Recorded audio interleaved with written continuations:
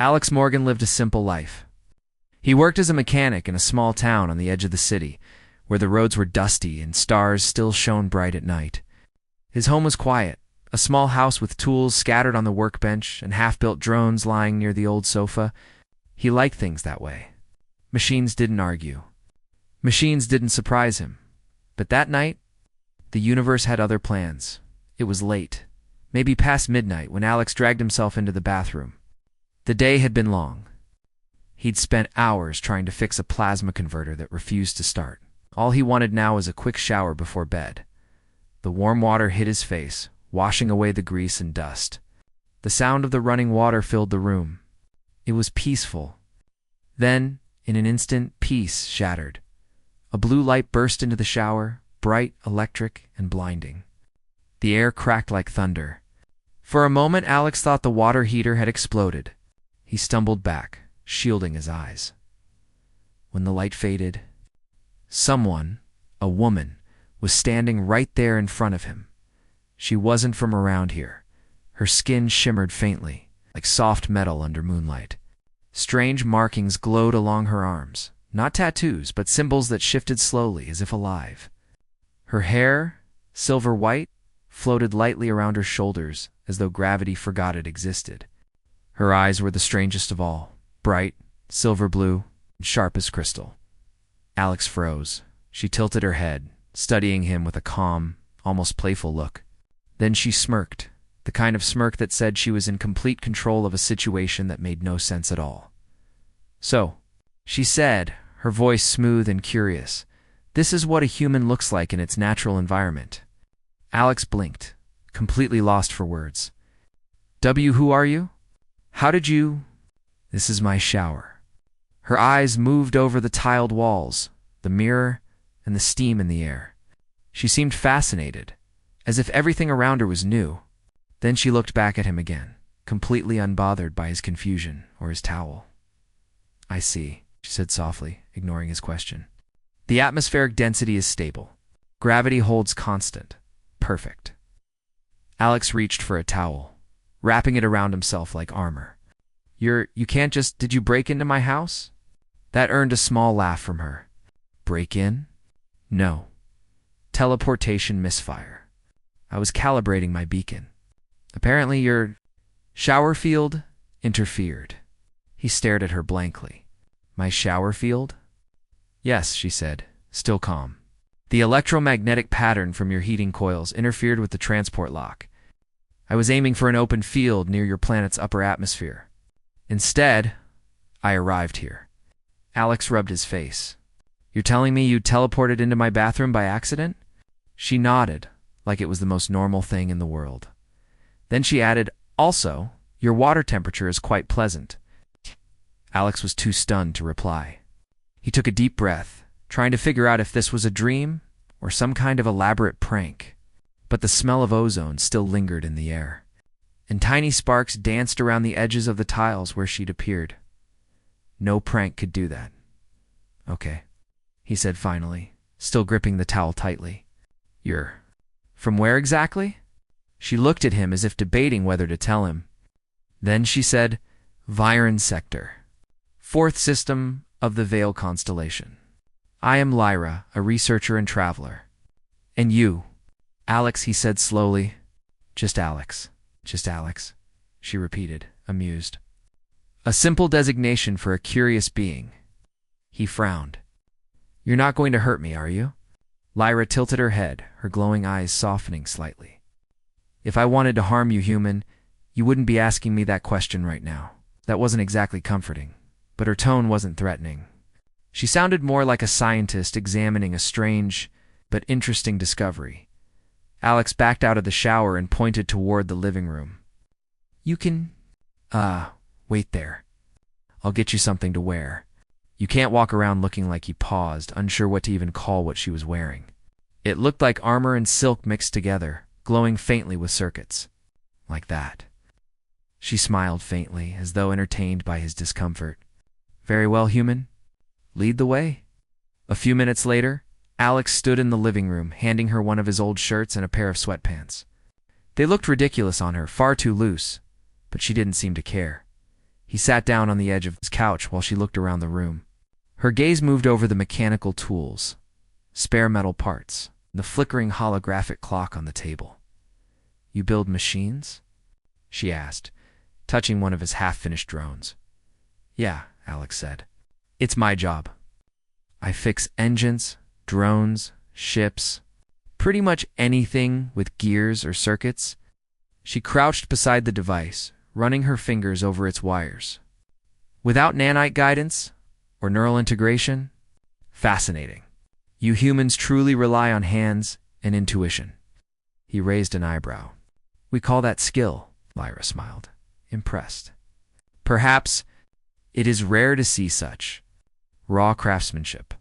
Where I come from, machines build themselves." Alex chuckled quietly. "Guess that makes me old-fashioned." For a few minutes, silence filled the room, not awkward, but curious. Lyra kept studying the place, as if everything she saw was a window into another world. "So," Alex said finally, "how do we send you back?" Her expression shifted. "That," she said, "is complicated. Try me."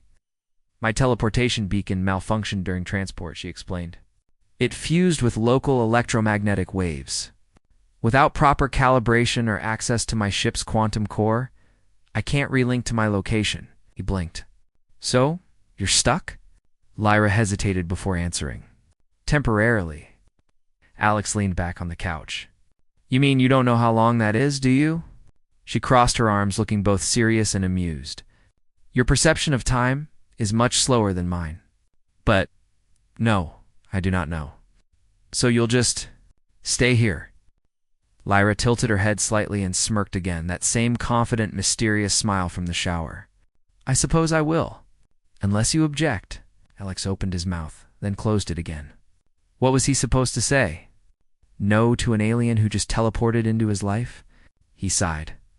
"Fine, you can stay, but don't touch my tools." "Understood," she said with mock seriousness. She walked over to the window, gazing out at the quiet night sky. "Your planet is beautiful," she said softly. "So much noise, so much life, yet still peaceful in its own way." Alex joined her by the window. "It's not always peaceful," he said.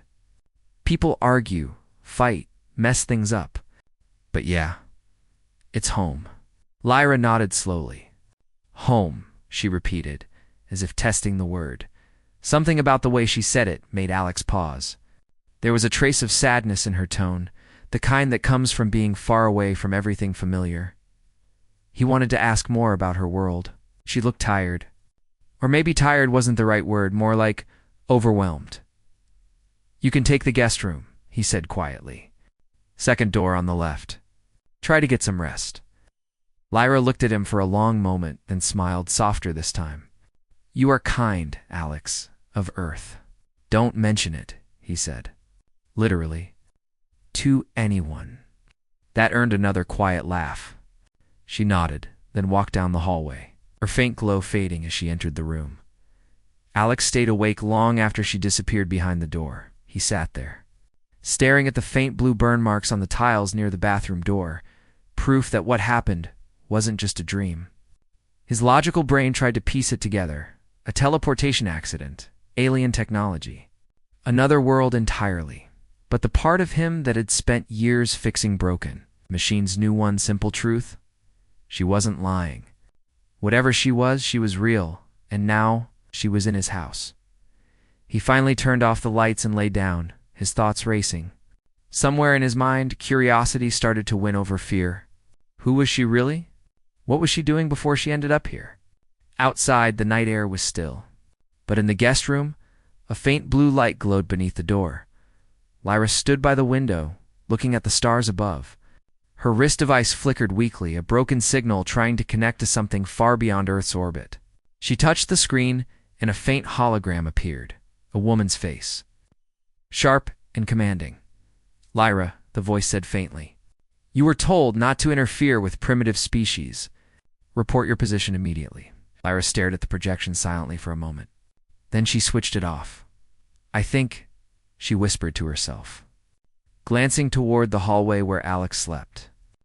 "I'll stay a little longer. Her reflection in the window showed a faint smile, not the amused smirk from before, but something new. Something almost human. Outside, a single shooting star streaked across the sky, unseen by both of them, marking the start of something far greater than either could imagine. The morning sunlight spilled through the thin curtains of Alex's living room. Birds chirped faintly outside, and the usual sounds of the small town began to stir. Alex yawned, rubbing his eyes as he sat up on the couch. The first thing he noticed was that the guest room door was slightly open. He could see a faint glow coming from inside, soft, silver blue, and pulsing gently. "Good morning," a familiar voice said. Alex jumped slightly and turned toward the source. There she was, Lyra, standing in the doorway, dressed in one of his old t-shirts and loose pants, hair still floating faintly around her shoulders as if defying gravity. "Good morning," he replied cautiously. "Sleep well?" "Curiously," she said, tilting her head. "Sleep in this environment is different from my ship's sleep chambers, but adequate." She stepped into the living room, moving with grace and confidence. "Your planet's day cycle is charming. The light warms the atmosphere evenly." Alex blinked. "Charming? That's one way to put it." Lyra's gaze fell on the small kitchen table. "And this is where you consume your nourishment?" Alex nodded. "Breakfast is simple.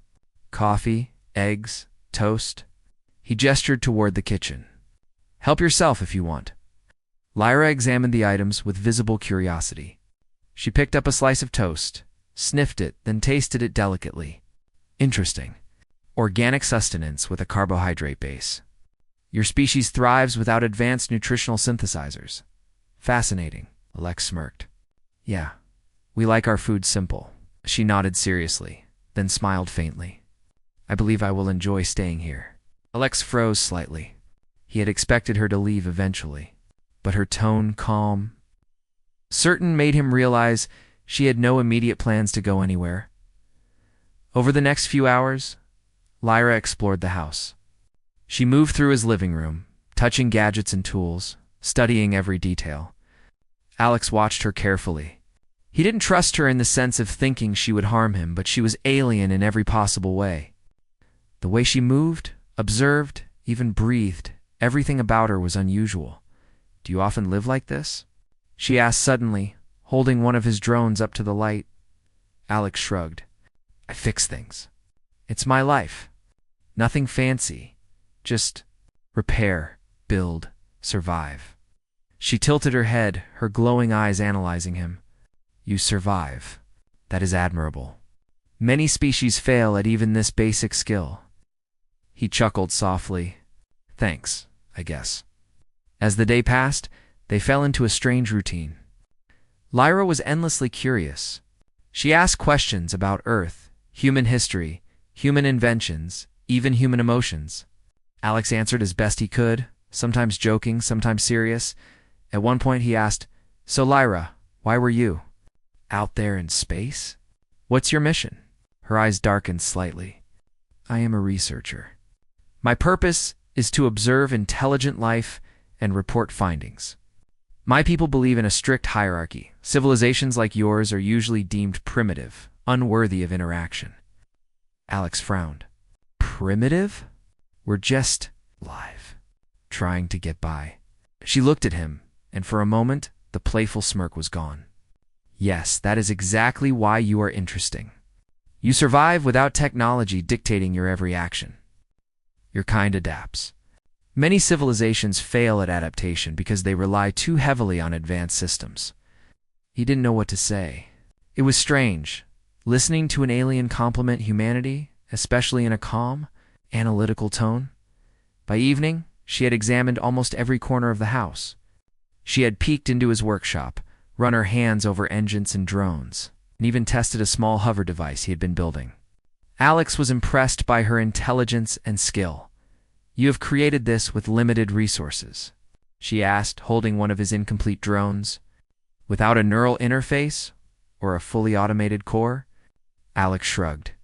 "Old-fashioned skill. Hands, tools, patience." She nodded slowly, impressed. "Remarkable. You humans? You have creativity, resourcefulness.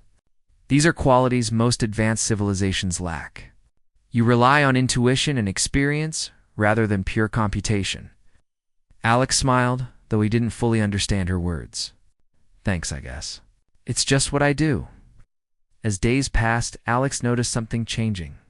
Lyra wasn't just studying him or his home, she was observing him, the human part of his life. The way he drank coffee, the way he frowned when a device didn't work, the way he laughed at his own mistakes, she was taking it all in. One night, while they worked on repairing a small hover drone together, she paused and said, "You are patient. Many species would have given up by now." Alex wiped grease off his hands. Patience is necessary. You fix something once. If it doesn't work, you try again. That's life. She looked at him closely. And yet you risk yourself for trivial matters. It is admirable, rare, dangerous perhaps. Alex laughed. Danger is part of life. Better than doing nothing. For a while, they worked in silence. The drone hummed faintly under Lyra's precise adjustments. Alex found her calm focus infectious. There was something peaceful in sharing work with someone who understood the rhythm of machines. Even if she wasn't human, then her wrist device beeped faintly. Lyra's eyes flickered toward it, concern flashing across her features. "Signals," she said quietly. "They are searching." Alex frowned. "Searching? Who?" "Others of my species," she said. "My superiors?" "They track my location. If they find me here, they will take me back. They will erase your memory of all this. You must hide me." Alex's heart raced. Erase memory. Like it never happened. "Yes," she said simply. "They consider interaction with primitive species a violation. Humans are unpredictable. My presence here complicates matters." Alex leaned back, thinking fast. He didn't like the idea of losing her, though he didn't even know why. "We can fix that," he said finally. "We'll work on hiding your signal. I know some tricks from my old work with energy converters and scanners." Lyra looked at him, surprised. "You would? Risk yourself for me?"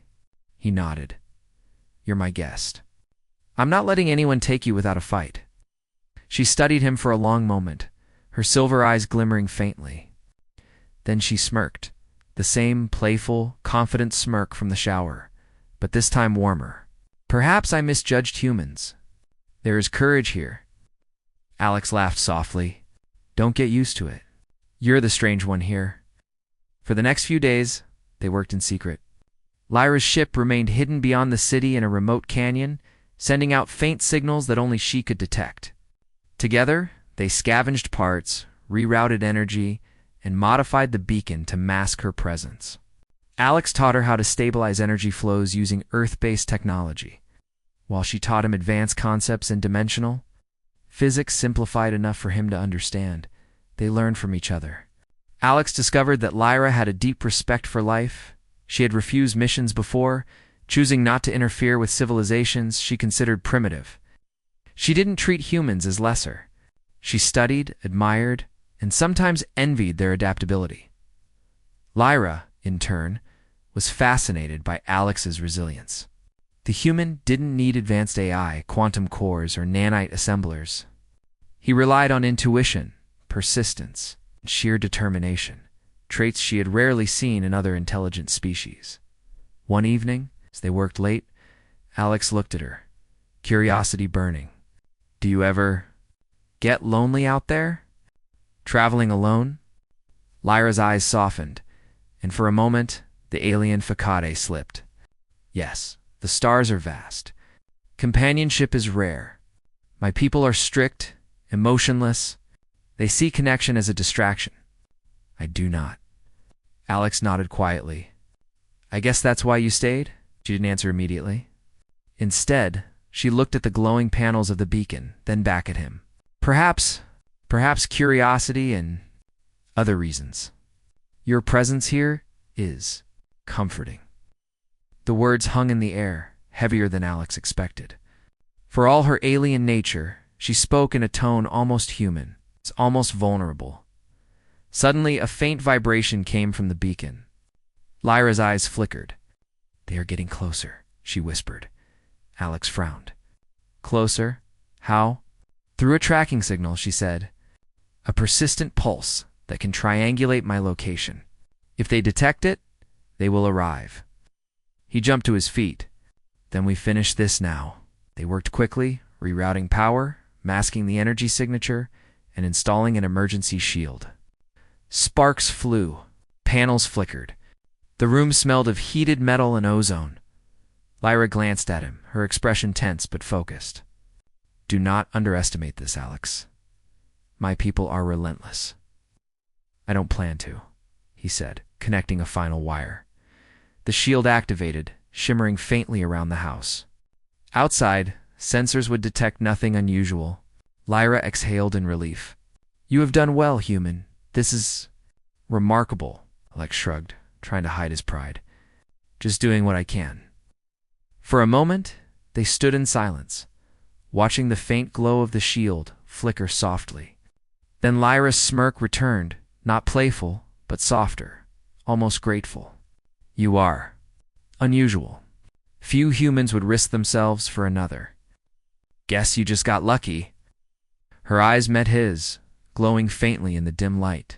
Perhaps I have found something rare, something worth protecting." The night deepened, the house silent except for the soft hum of machines. Alex realized that life had changed completely. Lyra was no longer a stranger who had teleported into his shower. She was part of his world now. He was part of hers.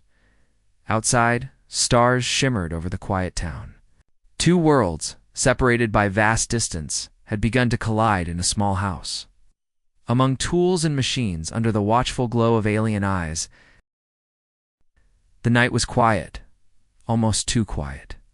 Alex sat at the kitchen table, staring at the scattered parts of Lyra's teleporter beacon. The faint hum of the emergency shield filled the room, vibrating gently beneath his fingers. Outside, the stars glittered like distant lanterns. But tonight, even the familiar sky felt strange, heavier somehow, as if the universe itself was watching. Lyra stood nearby. Leaning against the counter, eyes flicking occasionally to the glowing shield, her silver blue eyes reflected tension, curiosity, and something more, something Alex could not yet name. "They are close," she said softly. Not needing to elaborate, Alex nodded, tightening his jaw. "I know. We've done all we can. But what happens if they find you anyway?" Lyra's eyes softened, and for a moment she looked almost human. "Then we face them. Together." Alex swallowed. "Together," he echoed, uncertain if he meant it for her or for himself. Hours passed in tense silence. Occasionally, the shield flickered under minor power surges, reminding them both of how fragile their defense was. Lyra kept one hand on the beacon, her fingers tracing the alien symbols etched into its surface. "Alex," she said finally, breaking the quiet. "I should explain more. My superiors. They do not tolerate disobedience. If they find me here, it will not end well for either of us. You must understand the danger." Alex leaned back, studying her. "I understand danger. But I also understand when someone needs help. And I'm not letting them take you." Lyra tilted her head, studying him with an intensity that made him slightly uneasy. "Humans are remarkable. You risk yourself for another without hesitation. Most species I have studied would have fled." He shrugged. "Guess I just don't like feeling helpless. And besides," he paused, unsure how to finish, then said, "I think you deserve better than being dragged around by your superiors." Her lips curved into a faint, almost shy smile. "Perhaps you are correct." A sudden tremor shook the house. The shield's hum escalated into a high-pitched whine. Outside, through the faint glow of the kitchen window, Alex could see Light's bright, precise alien drones scanning the surrounding area. Their sleek bodies reflected the starlight as they hovered, sending out beams that could detect the smallest energy signature. "They're here," Lyra whispered. Alex grabbed a wrench and a small pulse emitter crude, but enough to interfere with low-level sensors. "Then let's make sure they don't find you." Lyra placed a hand on his shoulder. Be careful, Alex. I cannot shield you as well as myself. He nodded but didn't move. There was no time for fear, only action. Together, they worked in silence. Alex adjusted the emitter, routing its energy through the shield to create blind spots. Lyra synchronized her wrist device, sending false signals that would draw the drones away from their precise location. Outside, the first drone scanned the perimeter. Its beams swept across the yard, then hesitated. Its sensors detected a faintly masked signal, a human home. But something was off. It hovered, then split its beam into multiple projections, searching for anomalies. Inside, Alex's heart raced. Almost there, he muttered. Lyra's fingers moved quickly, tapping symbols on her wrist device. Energy arcs danced across the room, and a soft glow enveloped the house. Now, she said.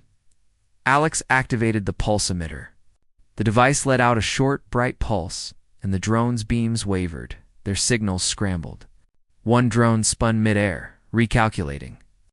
Another emitted a high-pitched hum before retreating slightly. Lyra let out a quiet sigh of relief. They will not detect us tonight. Not with this shield. Alex wiped sweat from his brow, feeling a mix of exhaustion and exhilaration. Well, that's one victory. Lyra smiled faintly, her silver eyes reflecting gratitude. It is more than a victory. You have given me choice. Alex blinked. Choice? Yes, she said softly. I could leave, return to my people, and obey their commands. Or I could stay. Here, with you. You have reminded me that not all humans are primitive. That some can teach even a traveler from the stars a lesson in courage and compassion. Alex felt his heart beat faster. He had spent days learning about her, teaching her about Earth, protecting her from impossible odds, and now she was considering a future that included him. I don't know if I'm the right choice, he admitted honestly. I'm just a human with a small house and a few machines.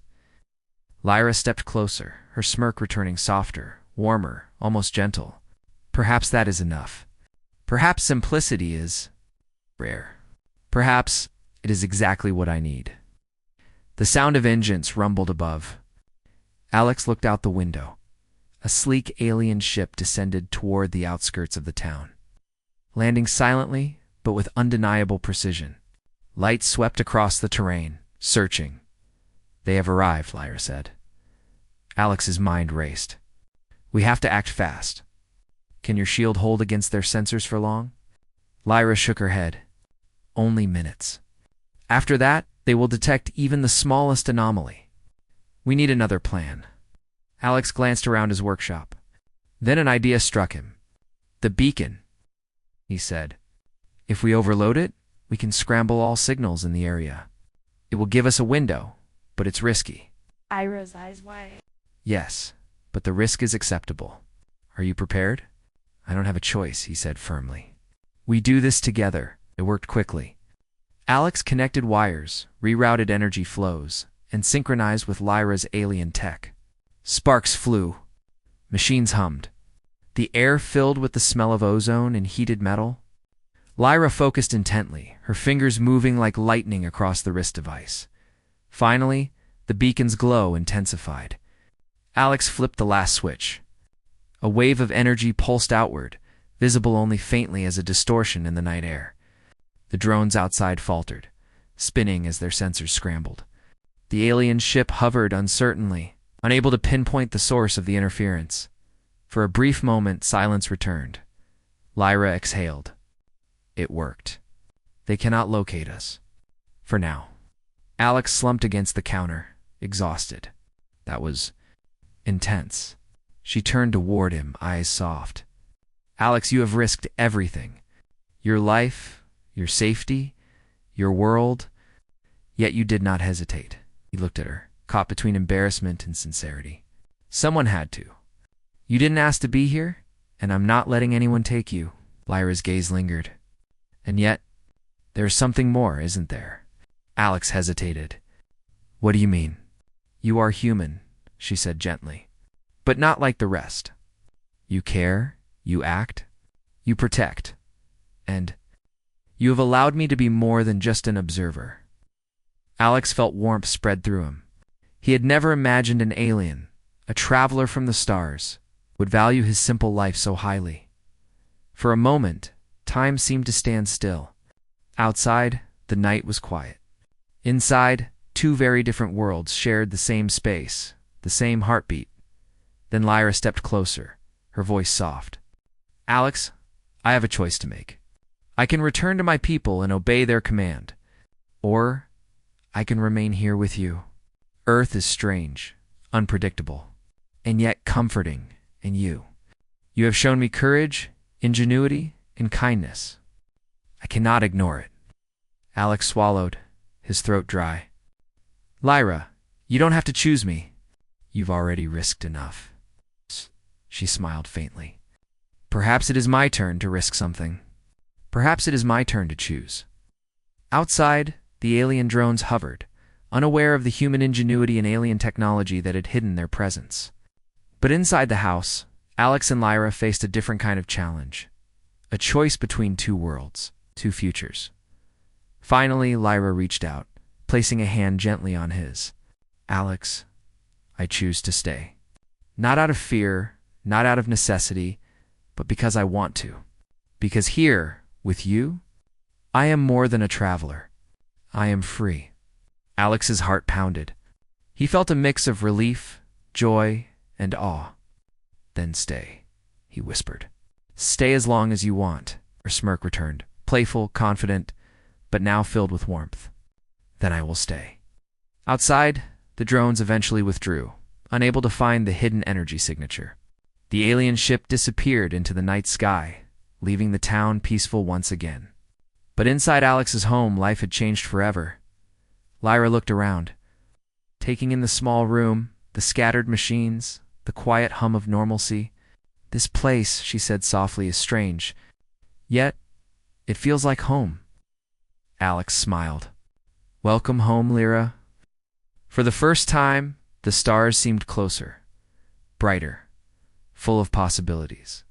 Two worlds, once separated by unimaginable distance, had found a way to coexist in trust, courage, and unexpected friendship. And as dawn broke over the quiet town, Alex and Lyra began a new chapter, one where human and alien, Earth and the stars, could meet in a single room, in a single moment, and share something rare and extraordinary, the choice to be together.